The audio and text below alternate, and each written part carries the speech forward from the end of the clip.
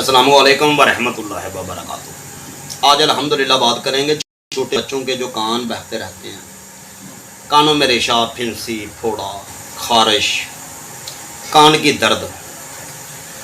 इतनी नामुराद ये दर्द है ना कि बच्चे के कान में अगर दर्द हो तो माँ बाप भी परेशान हो जाते हैं, पूरी फैमिली, और आधी रात तक खामोशी अख्तियार बच्चा नहीं करता, दर्द से बिलखता रोता है।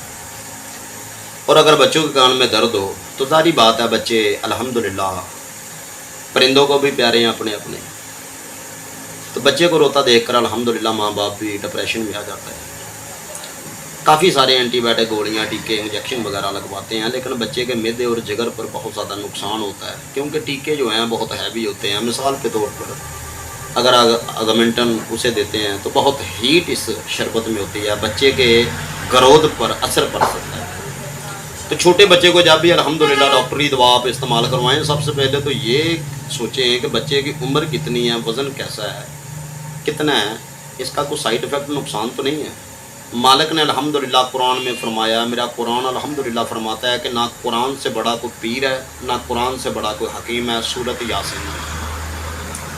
तो कुरान अल्हम्दुलिल्लाह हर बीमारी की शिफा भी है और अल्हम्दुलिल्लाह इलाज भी बताता है कुरान, लेकिन तर्जमे के साथ इंसान पढ़े तो। आज जिस बारे में हम बात कर रहे हैं, हम वादा करते हैं कि ज़िंदगी में कब्र की आखिरी ईंट तक बच्चे के कान में दर्द, रेशा, फिंसी, फोड़ा और खारिश नहीं होगी। तो पहले बात करते हैं कि कान बहते क्यों हैं बच्चों के। जो माँ लेट कर दूध देती है ना बच्चे को, उस बच्चे के कान कभी ना कभी ज़िंदगी में ज़रूर अल्हम्दुलिल्लाह बहते हैं। और अल्हम्दुलिल्लाह अगर बच्चे की माँ के कान ख़राब है तो बच्ची पैदा हुई है तो बच्ची के भी लाजमन कान ख़राब होंगे।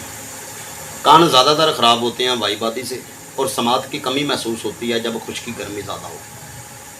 इसलिए मैं बता रहा हूँ कि अगर ऐसा दरपेश मसला आ जाए बड़े आदमी में, तो चावल, खट्टी चीज़ें, बोतल वगैरह ऐसी चीज़ इस्तेमाल ना करें।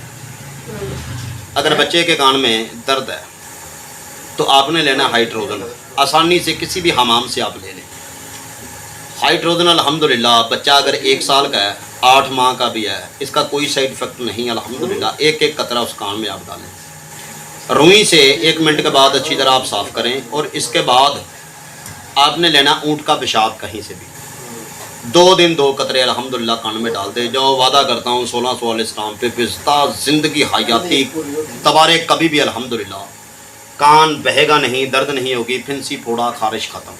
प्लीज़ हमारे चैनल को सब्सक्राइब करें और कमेंट अल्हम्दुलिल्लाह हमें ज़रूर करें। तो जितने भी अल्हम्दुलिल्लाह आशिक़ रसूल हैं, हमें कमेंट जितने भी अल्हम्दुलिल्लाह आते हैं, जो आशिक़ रसूल हैं, लब्बैक या रसूलिल्लाह लिखकर अल्हम्दुलिल्लाह ज़रूर भेजें। अल्लाह ने के बान, पाकिस्तान जिंदाबाद।